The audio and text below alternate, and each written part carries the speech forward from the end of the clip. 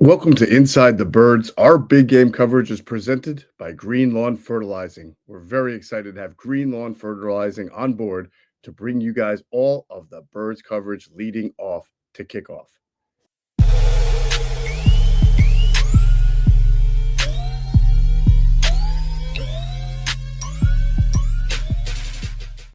Welcome back to Inside the Birds special edition of our analytics series with Sam Finkel. This is part 2 of our analytics series that examines the Super Bowl matchup, Super Bowl LIX between the Eagles and the Chiefs. We welcome back Sam Finkel, our analytics reporter. And of course, as we mentioned in the last podcast, Sam has built his own algorithm that helps him determine NFL contracts, which we've published on InsideTheBirds.com in the past. And all of his information has almost been perfect to a T, as he does such a great job of figuring out in one element when we get to free agency what players are going to command what type of contracts based on his algorithm. He has also worked for Penn State, the football program. He's been an assistant quarterbacks coach who is responsible for analytics projects, and he's done a lot of great analytics work for InsideTheBirds.com. And I know that every time you publish something, Sam, we get a really good feedback from our viewers or from our listeners. So I'm very excited that we're bringing the work that we ordinarily publish on InsideTheBirds.com, and we will continue to, but I'm excited to bring it now to let people listen in and hear you kind of add more context to your data. Yeah, I really appreciate the opportunity. It's really a privilege to write for this website and do work for you guys. It's a privilege on our end to have you. You really add an element that we're not equipped to cover the way you are.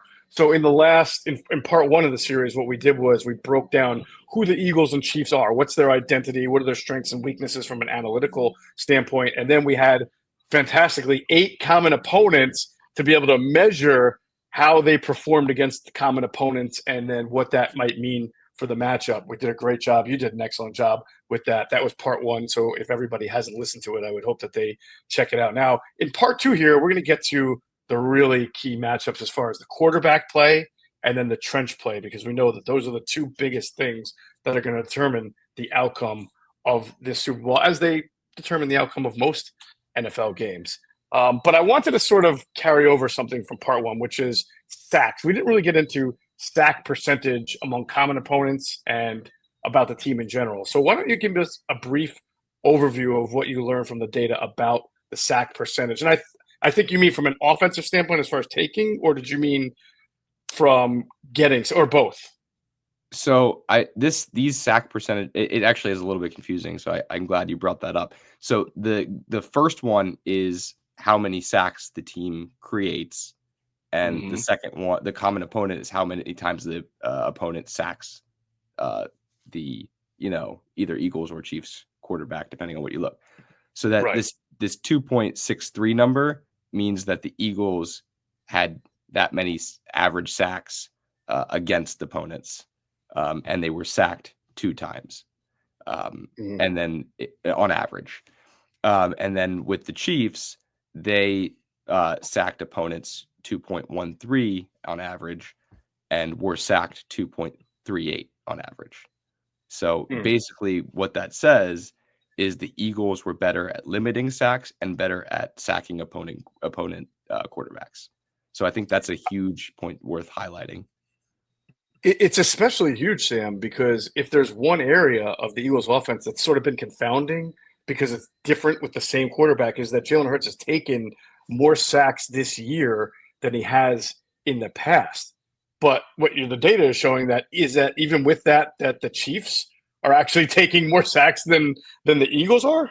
That's what at least against common opponents. That is what against against common opponents. But that's important because they're playing each other. So that's really interesting. It is, and I was a little bit surprised to see that, especially because that criticism you hear everywhere on Jalen Hurts, and I think it's important to recognize that the data doesn't necessarily suggest that that'll be a huge problem. Right. Now, I would say, to add in, though, one thing you can make from that is that it's a pretty close number as far as taking sacks, right? Yeah. Yet the Eagles have far superior offensive tackles. The Chiefs have a great interior line, but the Chiefs have far, far, far inferior offensive tackle play than the Eagles, who have Mailata and a Hall of Famer in Lane Johnson, whereas the Chiefs are literally now playing, and we'll see what happens in the Super Bowl from injuries. But they were playing Joe Tooney, their guard, at tackle, and that's only after several games of a disaster of the kid they picked in the second round. Then it was the backup, Wanye Morris. Then there was DJ Humphrey. So they've literally had a carousel at left tackle. So one of the other things that jumps out is these aren't exorbitantly high numbers. They're still pretty good for both these quarterbacks that they're not going to sit there and hit the ground 8 or 9 times a game. Well, I think a big reason why the Chiefs would have a lot more sacks, but they're getting the ball out really quickly. And they are also getting the ball out behind the line of scrimmage or close to the line of scrimmage. That's been their bread and butter this year, and I think we can kind of see that. For instance, if you look at Mahomes' time to throw, it's 2.76 versus Jalen Hurts is 3.21. And I know that's pretty big. There's been some criticism of Hurts holding on to the ball too long, but like Mahomes is getting the ball out very quickly, and I think it's disguising some of those problems with the offensive line, because I do think that offensive line is somewhat problematic. And like you said, we don't know exactly what it's going to look like in the Super Bowl. We know what it looked like in the AFC Championship, but we're not really sure what it's going to look like. Speaking of things that are green, if you're already stressing about your lawn this spring, head over to our friends at Green Lawn Fertilizing. They can help. They're based right here in the Philadelphia area. These guys are the experts in this region's conditions, including PA, New Jersey, and Delaware. They know how that tough drought was last year and created a custom blend and approach that will help your lawn recover. Everybody remembers last year, it looked like as dry as the desert, just one brown lawn after another brown lawn, no rain. It killed neighborhoods. It made our beautiful lawns look, well, not so beautiful. So be sure to sign up now and receive 10% off at Green Lawn Fertilizing. And I'm told this is a very limited time offer. So head to the link in our description or greenlawnfertilizing.com/insidethebirds to take advantage. You got to be stressed out. Be stressed out about Jake Elliott lining up for a 55-yard field goal in the big game. That should be the only thing you're stressed about this season. Call Green Lawn Fertilizing today. Right. So as we look at both Jalen Hurts and Mahomes, we'll take a look at their advanced passing stats. And one of the things that jumps out is that both of these quarterbacks have an advantage over the other in areas that you might not have expected going into the year. Or let's take big time throw percentage. Jalen Hurts leads the way with 3.7% of his throws are considered big-time throws. Patrick Mahomes only 2.9. I think that's more the surprise. Not that Jalen Hurts has 3.7. He's always been a big game hunter, but Mahomes really being low there. So before we get into that, can you explain what it means? The two things. Explain big-time throw and turnover-worthy throw and how that is sort of constituted. Yeah, so big-time throws are any throws that I believe it's over 10 yards that are in like what is considered a tight window. And it's really just it's measuring difficult throws and completing those difficult throws. Turnover-worthy plays are plays that could result in a turnover, but did not because of drops or other factors, but that probably should have been and could have been, and if an average player was there to capitalize on it. And it also does include actual interceptions and turnovers. And by the way, it does include fumbles or things that should have been fumbles, essentially. Right. So that those are included in turnover-worthy plays. It's not just throws. So I think that's important to state. But obviously, big-time throws only constitutes throws. Right. So, yeah. So, go ahead. No, I was going to say, so getting back to them big-time throws, clearly Jalen Hurts with the big advantage there at 3.7 to 2.9. I don't think 0.8 is a small number because this number is going to be low in general. You only see so many explosives per game. And the thing is, Mahomes hasn't had to. I think that's such an important thing to understand. Mahomes is certainly capable of these big-time throws, and I think more than anyone else in the entire league. But he really hasn't had to do it. Now, I think because of the matchup that the Super Bowl is going to be, he's going to have to make big-time throws, and he hasn't throughout the year, but doesn't mean he's incapable. Right, because we talked about the Eagles' defense and how good they were in the last episode at limiting explosive plays, but you almost feel like the Eagles probably feel like they can get a big-time run. If there was a big-time run percentage that translated to big-time throw from Saquon Barkley, and maybe they can get a good explosive or two from, A.J. Brown, Devontae Smith. I'm not putting that past them at all. The Chiefs, you kind of wonder, Sam, if they have to do it, where does it come from? Because they really haven't used Xavier Worthy or found a way yet to unlock him like a Deshaun Jackson, like everyone thought he would be in Andy Reid's offense. He's more of a lately kind of a high volume intermediary guy than a real over the top deep threat. And hopefully for the Eagles' sake, it continues to be that way because they're a pretty good job at containing that. Right. But I think the reason why I think big time throw is going to be huge in this game is I think there's going to be a lot of tight windows for Mahomes to have to work through. And honestly, if you're trusting anyone to do that, that's Mahomes.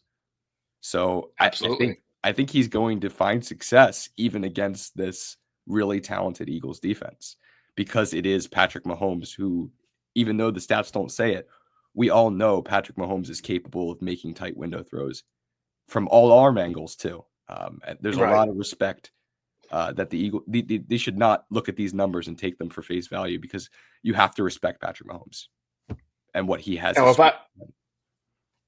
Absolutely. If I were to tell you, as we move into turnover-worthy plays, that Jalen Hurts, who has had this great reputation all year long, right, of protecting the ball, not giving the opponent the extra possession, even taking all those sacks that he's taken and not fumbled, right? If I were to tell you that his turnover-worthy play percentage is almost equivalent to his big-time throw percentage, I think that would surprise a lot of people. So his turnover-worthy play percentage, you have at 3.4 compared to Mahomes, who's 2.1. That's not surprising. We don't see Mahomes turn the ball over a whole lot. But 3.4 was a bigger number than I would have thought for Jalen Hurts.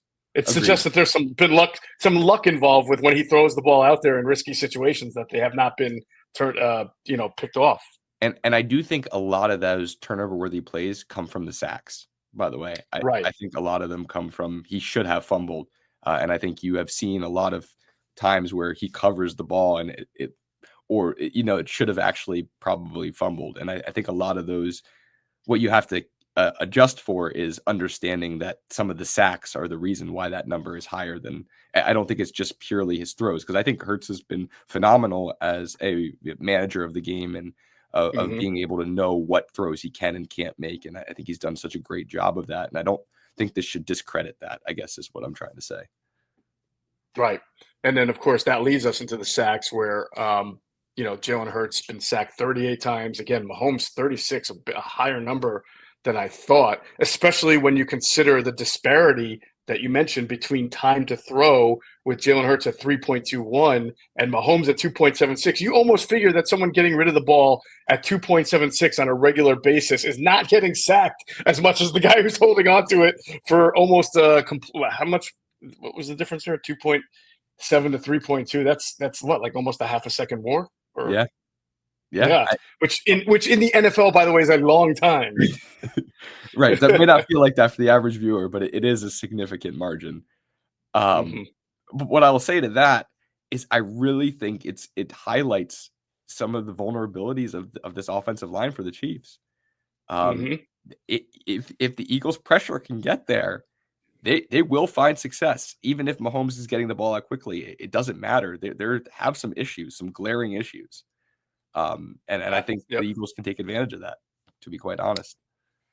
Well, Sam, that leads us really nicely into your analytics breakdown of the key matchup, the battle of the trenches. And just to set the stage here, the Eagles, they rotate, but for the most part, this is actually probably the least rotated defensive line in Eagles' recent history. You're going to see Nolan Smith and Josh Sweat on the edges. Occasionally, you'll see Jalix Hunt out there. We'll see on Brandon Graham and the attempted miraculous comeback from the torn triceps, and we'll see if Bryce Huff has to play, a couple of snaps just to give somebody some breather. But it's basically Sweat over left tackle, Nolan Smith over right tackle, and then on the inside you get a heaping dose of JalenCarter and Milton Williams with the occasional rotation of Jordan Davis and Moro Jomo actually showed up a little bit. He's played really well. He's played really well. Yep, nice player. Just looking at some of his pass rush tape, it's kind of impressive what he's done and what he's been able to do. And it's really important to that rotation to have a player like Moro Ojomo. Really, all the guys you mentioned, but particularly, I think he's worth talking about. Sure. And then before we get into their stats, Sam, just as we continue to set the table for the Chiefs, they have a very good, you would say, interior to right side. They have Creed Humphrey, who's a Pro Bowl center. Trey Smith, very good right guard. Juwan Taylor, we'll get into him. He's adequate on his best day, I would say, but he benefits from Patrick Mahomes being his quarterback. And then on the left side, we'll see if this changes at the Super Bowl. They signed DJ Humphries from, who had retired from Arizona to play left tackle. He had a hamstring injury. So they moved Joe Tooney, their Pro Bowl left guard, to left tackle and then replaced him with Mike Caliendo at left guard. That sounds catastrophic, but they're in the Super Bowl. So we'll get into that. But I just wanted to set the stage of the main four-man rush against the Eagles, against what they'll be looking at from a Chiefs standpoint. So back to the Eagles DL. Sure. I love one stat that jumps out to here that we're going to talk about, because when we do Inside the Tape with Greg Cosell every week, I joke that we should rename the show Inside Milton Williams' Tape, right? Because he just jumps out, and JalenCarter's the guy, and he deserves all the attention. He's been great. He gets the double teams. But what did you find out about Milton Williams when you were doing this assignment? Yeah, I think he's been phenomenal as well, and I think the numbers show that. But I think first off, we should just talk about his win rate. He has the highest win rate of all the defensive line, at least the four that we focused on here, at 17.5%. So he's That's winning incredible. his matchups 17.5% of the time. And with that, he's generated 6 sacks, 7 quarterback hits, and 37 hurries. That's a lot of pressure. That is. And there's one stat we'll jump out when we get to JalenCarter on that. But I just want you to explain for everybody what goes into win rate.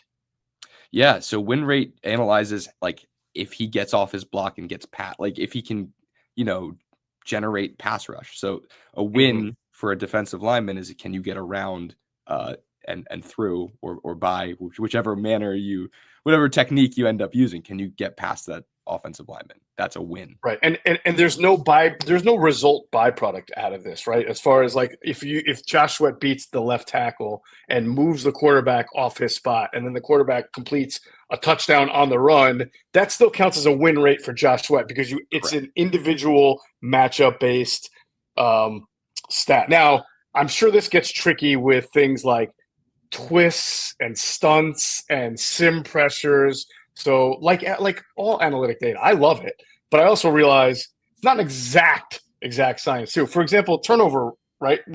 If you said it counts interceptions. If the quarterback throws the ball to the receiver, hits him in the hands, bounces off his hands, safety picks it off, well, that's a turnover worthy play because it is a turnover, but it's not necessarily turnover worthy. Correct. So while it's not an exact science, I do think, though, these numbers are very helpful because they take all plays into consideration, and it'll even itself out in the end. And I think defensive line is particularly difficult because if you don't get a sack, to the average fan, that's not considered successful, right? And we saw that a lot with Fletcher Cox, right? He was getting double teamed so much, and he wasn't always generating the sacks, but he was making an impact. And I think you see similarly that with JalenCarter, while he doesn't have a lot of sacks, and he still has a decent amount of sacks, it hasn't been what you'd expect for somebody of his caliber, but he's affecting every single play that he's in. And so I think that's why win rate is kind of a good stat, but it's also problematic because JalenCarter is facing double teams on more than half of every snap that he's in. And so his win rate at 13.2 to me is extremely significant because he's winning against double teams, even still. But and think about this, right? To have a 13.2 win rate compared to Milton's 17.5, but he has one more sack than Milton. He has 8 more quarterback hits than Milton, and my quick math tells me 14 more hurries than Milton. So not only is he getting double blocked more than Milton and anybody else on the line, but he's also producing more of those type of stats that are not win rate oriented. They're just actual. I hit the quarterback, I sacked the quarterback, I hurried the quarterback, right?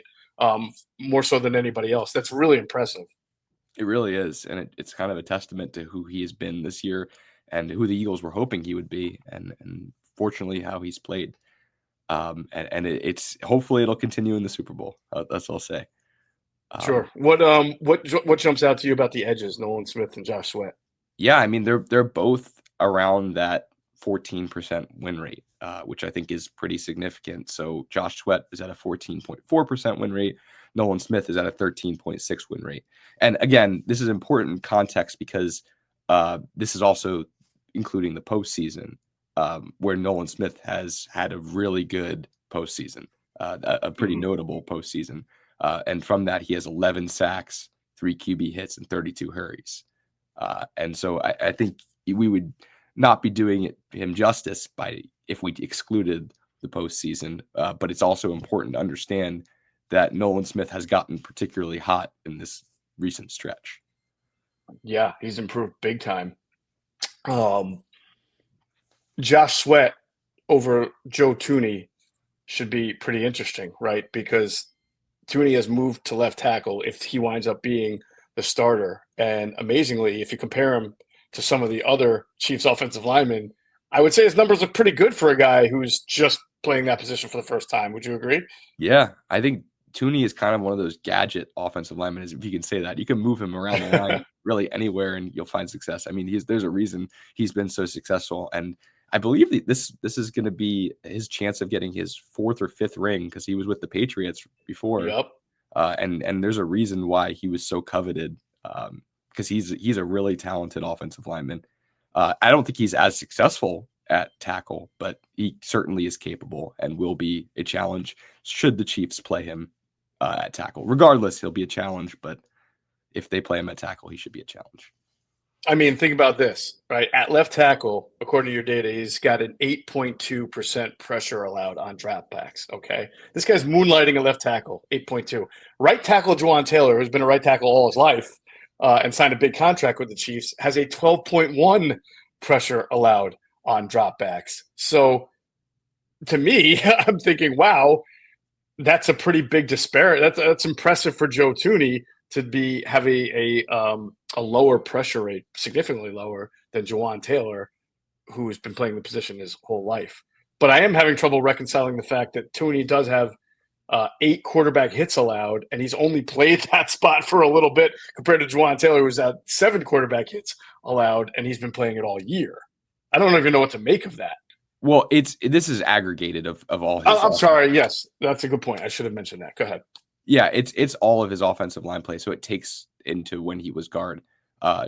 Just because the sample size would not have been significant enough had he remained only that one game. I don't think it would have told the full picture, Right. Which is what I think that's an important caveat to kind of acknowledge, because if you think about it, guards should allow less pressure because they have support on both sides. So I think that's an important thing to just acknowledge. Right. Very fair. So then maybe that shines light on Mike Caliendo, who's been filling in at left guard while Thuney has played left tackle with the 15.5% pressure allowed. And that's surprising to me because you would think that he gets a lot of help from Creed Humphrey because Trey Smith is a guy that ideally you would like to be able to leave alone. And that really makes it an interesting matchup if Trey Smith winds up having to single block JalenCarter in this game. Which honestly, you probably are going to see, at least for some snaps. I just don't know how they would get around that. And I think if that is the case, Carter should win a decent amount of those battles against Smith. Yeah, you would think so. Or if they double team JalenCarter, if they decide to do what other teams do, and you have your center Creed Humphrey and your right guard doubling JalenCarter, that would leave Caliendo one-on-one against Milton Williams. So that would leave the Eagles' highest win rate guy versus the Chiefs' lowest pass block rate guy, and that creates probably a very favorable advantage for the Eagles. Absolutely. Any way you cut it up, the Eagles' defensive line looks to have some advantages over this patchwork offensive line of the Chiefs. And again, that's no disrespect. Creed Humphrey and Trey Smith in particular have been really impressive this year. 0 sacks allowed between them as you have, yeah. So, and I think that's important to acknowledge that that's going to be a challenge, but there's only so much you can do when you're dealing with the likes of JalenCarter. Right. I mean, it's certainly everything folds together when you see that Mahomes has really not been sacked because of his interior line very much, but obviously Juwan Taylor, 7 sacks allowed. So it goes to that point where Mahomes is doing a great job getting rid of the ball, high percentage passes, but he will get sacked a few times a game that just come because the protection breaks down and you just can't make a play every single time. So it's I don't want to call it an outlier, but it's a very odd discrepancy to see someone be that efficient, that quick with the ball, but also have that many sacks. Right. And that's what kind of what I was trying to highlight earlier is the opportunity, even if he's getting the ball out quick, the opportunities will be there for the Eagles to get sacks. It's just a matter of can they get the sacks at key points. And obviously Eagles are hopeful that they can, and on film they've been able to, and throughout the season they've been able to. But the worst thing that could happen is Mahomes gets that ball out quick and the pressure is important. That's what I'm trying to get at is Eagles need to get pressure early, often, and in critical situations.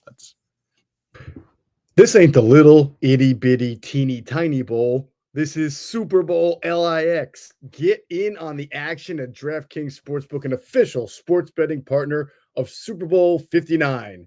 Scoring touchdowns is key to hoisting the Vince Lombardi trophy, and you have a shot to score big by betting on them at DraftKings Sportsbook, the #1 place to bet touchdowns. New DraftKings customers can bet $5 to get $200 in bonus bets instantly. So download the DraftKings Sportsbook app and use code BIRDSPREGAME, all one word. That's code BIRDSPREGAME for new customers to get $200 in bonus bets instantly when you bet just $5 only on DraftKings Sportsbook. The crown is yours.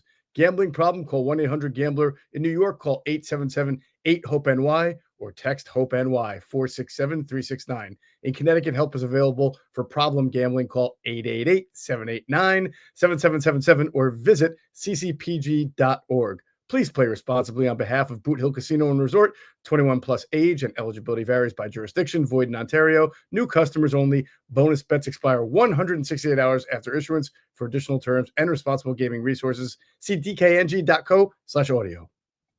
All right, Sam, before we finish this out, let's turn the table here and talk about this Chiefs 4-man rush. Although they will blitz. We know Spags will blitz, but for the purpose of the conversation, the Chiefs 4 main guys versus the Eagles 5-man offensive line. To set the stage, the Chiefs generally come with George Karlaftis on the edge, Michael Dana on the edge. Inside, they have guys like Chris Jones, who's probably going to be in the Hall of Fame, and Tershawn Wharton. And there's a lot of sack numbers between all of them. But what jumps out with you? I mean, we could sit here and talk about how Chris Jones has an 18.8% win rate, and oh my gosh, but guess what? People know Chris Jones is going to have a pretty high win rate. So what else jumps out to you about their 4-man rush? Yeah, I mean, I think that you kind of stole my thunder there a little bit. I was going to talk about that 18.8%, but I think he has 60 QB hurries as well, and 18 QB hits. Oh, I can't speak. And then 7 sacks. And I think those numbers are like pretty staggering, especially because Chris Jones is also getting double teamed pretty regularly because he is a huge problem. And just looking at the numbers, Karlaftis is the next guy that you should really be worried about because he's the only other person to have double-digit QB hits, and also the third one to have double-digit QB hurries, and he has the most sacks out of the entire defensive line. So I think those are the two places where the Eagles should have a little bit of concern. What generally constitutes, when you look at all NFL pass rushers or linemen edges, what would you say is a win rate that you would say that's the mark of a really good player? I think it depends on if we're talking about inside or edge. And I hate to say that as the answer. But so let's go with edge. Let's go with edge. Yeah, a win rate that is pretty significant, I think, is anything over probably 10% is probably pretty significant. So when you look at the Chiefs' edges, Karlaftis at a 10.4 win rate and Michael Dana at a 7.5. So what that tells me, based on what you said, is that they get pretty good out of Karlaftis and a little maybe below average from Dana. I still think 7.4 is pretty good. It's just not significant in what I've seen. Sure. it's not. I wouldn't say it's necessarily below average, but it's just not excellent. Okay, so it's we can call it adequate or average, right? Yeah, I'd feel more appropriate. I feel like it's more appropriate to call it that. Sure. So past Chiefs teams have been built, I believe, with a little bit more edge pressure. Back when they had, say like a D Ford as their third rusher, and they had it's just escaping me now, when they won their first Super Bowl. I know they had some pretty notable edges. If I go back and look, Chris Jones has always been a big part of their interior. But I wonder if, when you look at what they've been able to do from a win rate standpoint on the edges this year compared to past years, maybe why we see so much of the exotic front and the multi-layered blitzing that we get from Steve Spagnuolo, who, by the way, is going to do that anyway, but he's really throwing some kitchen sinks and really blitzing a lot from the second and third levels. And I wonder if he had sort of the pass rush of his old, like, let's say when he was the Giants pass rusher, Giants defensive coordinator, he didn't do all this crazy stuff because he had Strahan and he had Tuck and he had Omenura, and then it became JPP, right? So I think you're seeing the byproduct of him sort of catering to what he's got as pass rushers. He knows he has Chris Jones, who's going to just screw shit up on the inside. But I think he's more manufacturing pressure also because he's got some good edge rushers, but maybe not elite guys that he's had in the past. Sure. And just to your point, in the 22 Super Bowl, Frank Clark had a 13.8% win rate, and Dana had a 13.1% win rate. So it's a lot less wins on the outside that even they had in that 22 Super Bowl. Thank you, Frank Clark. That was one of the edge rushers I was trying to remember that they've really relied on in the past. They had Frank Clark, they had D Ford again, who jumped off sides in that legendary game that they lost, and there was another one in there, probably Justin Houston at one point. Who was still like a decent rotational guy at that time. Yeah, absolutely. All right, so the Eagles' offensive line. I think what the discussion here is that they'll have to face this monster in Chris Jones, who has an 18.8% win rate. And at the time of us doing this, you're hoping that the Eagles are hoping that Cam Jurgens and Landon Dickerson are at least going to be able to hold up. I mean, they're nursing significant injuries. They're going to play, but the question is to what capacity, and can they play to what their data shows that they've been able to do this year? I think, and this is just purely speculative, I don't know medical things at all, but I think we've seen people play through things, and I think the adrenaline of the Super Bowl and modern medicine, we're going to see these guys come out and they have something to prove. And I think they'll be close, if not to exactly what their numbers suggest. I have a decent belief in that. So, but again, not a medical. Well, I mean, to your point, Lane Johnson was dealing with the adductor tear that he didn't have it repaired until after the Super Bowl. He had taken a couple of weeks off to strengthen the muscles around it, but then he was out there in the playoffs playing through it. The adrenaline was there. Absolutely. And I think they're going to need that line to play, to the potential in order to handle this Chiefs defense, which again, you said is going to bring a lot of pressure, a lot of exotic pressure. That being said too, which will be very interesting.